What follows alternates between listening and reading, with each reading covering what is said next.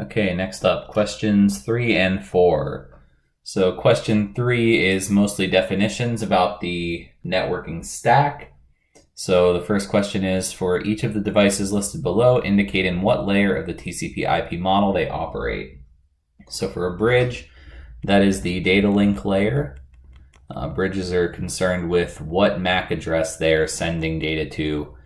They may, work with the ARP protocol to identify what MAC address that is, but they're really only sending things across data link. Routers are working at the network layer. Routers are dealing with IP addresses and ranges of IP addresses specifically. Switches are just basically more efficient bridges, so that is at the data link layer. These are all definitions that you again can have on your equation sheet.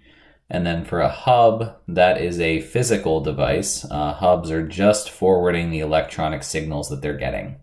And it's just kind of flooding that across the rest of the wires that are attached to it. Next up, part B. During encapsulation, header information is added to a packet, resulting in what data unit? So a packet gets turned into a frame whenever we add a header to it. So the first answer is frame. And at which layer does this occur? Frames are encapsulated in the data link layer. Data compression, encoding, and encryption occurs at the blank layer. This is all application level stuff. So there's no encryption of your data going on after it has been sent from the application. It's up to the application to decide to do that. Finally, what is the responsibility of the network layer? The network layer is responsible for routing packets to the correct location. So this is sort of following from the answer up here. A router is part of the network, so the network layer's responsibility is routing. I'm going to do question 4 in the same video here. So before you enter grades into the computer, you install a device that monitors keyboard inputs. To view the grade, you look at an oscilloscope screen below and assume the following. Normal voltage on the wire is low. A start bit is a 0 bit. A stop bit is a 1 bit. A 1 bit is a low voltage pulse, and a 0 bit is a high voltage pulse. So anything at 5 volts is going to be zeros. Anything at 0 volts is going to be ones. Counterintuitive. ASCII characters use 8 data bits and are transmitted in reverse order. So the bits of the character are transmitted in reverse order. If we had 2 characters, the characters are transmitted in the actual order, 2 or more characters, I should say. But the individual bits for those characters, so the 8 binary digits, zeros or ones, would be transmitted in reverse order. So you only reverse the 8 bits, reverse the next 8 bits, and then you order the characters as they are left to right. So this is only one digit here, but if you had multiples, you would want to, reverse the middle 8, reverse the next middle 8, so on and so forth. So we can label this. This is our 0. That's also our start bit. 0, 0, 1, 0, 1, 1, 1, 0, 1. Now if I count 1, 2, 3, 4, 5, 6, 7, 8 bits, this is our stop bit. That is the 1. So then what ASCII character was typed by the instructor? Show work and label all bits. Well, we've already got the bits labeled.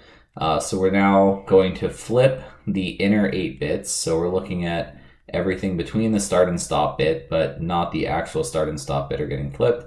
So we have reading from right to left, 0, 1, 1, 1, 0, 1, 0, 0. So that's 0, 1, 1, 1, 0, 1, 0, 0. Okay. If we convert that to hex, that is going to be 7 and 4. So now if we look at our handy dandy ASCII table that's on the front of the exam, we can see that 7-4 is the lowercase t character. So that's what your instructor entered, is lowercase t. Next problem, if each bit takes 100 microseconds to transmit, what is the effective data rate in bits per second? So we're looking for bits per second, and we have microseconds per bit. So 100 microseconds per bit, we're going to have 1 over 100 bits per microsecond. This is going to be multiplied by million, which is seconds per microsecond, or microseconds per second, sorry, per second. And that's going to give us an effective data rate of 10,000 bits per second. Okay, so this is just math from the security exercise. And finally, which of the following statements are true of physical layer communication? Circle all that apply. Optical fiber is an example of guided transmission media. Yep. Optical fiber, Cat5, twisted pair, and coaxial are all examples. Number 2, primary advantage of unguided media over guided media is mobility. That's definitely one of the advantages. It's probably the primary advantage of Wi-Fi as compared to having a wire. Serial transmission devices send multiple bits simultaneously within the same cable. Nope, that is parallel transmission, sends multiple bits.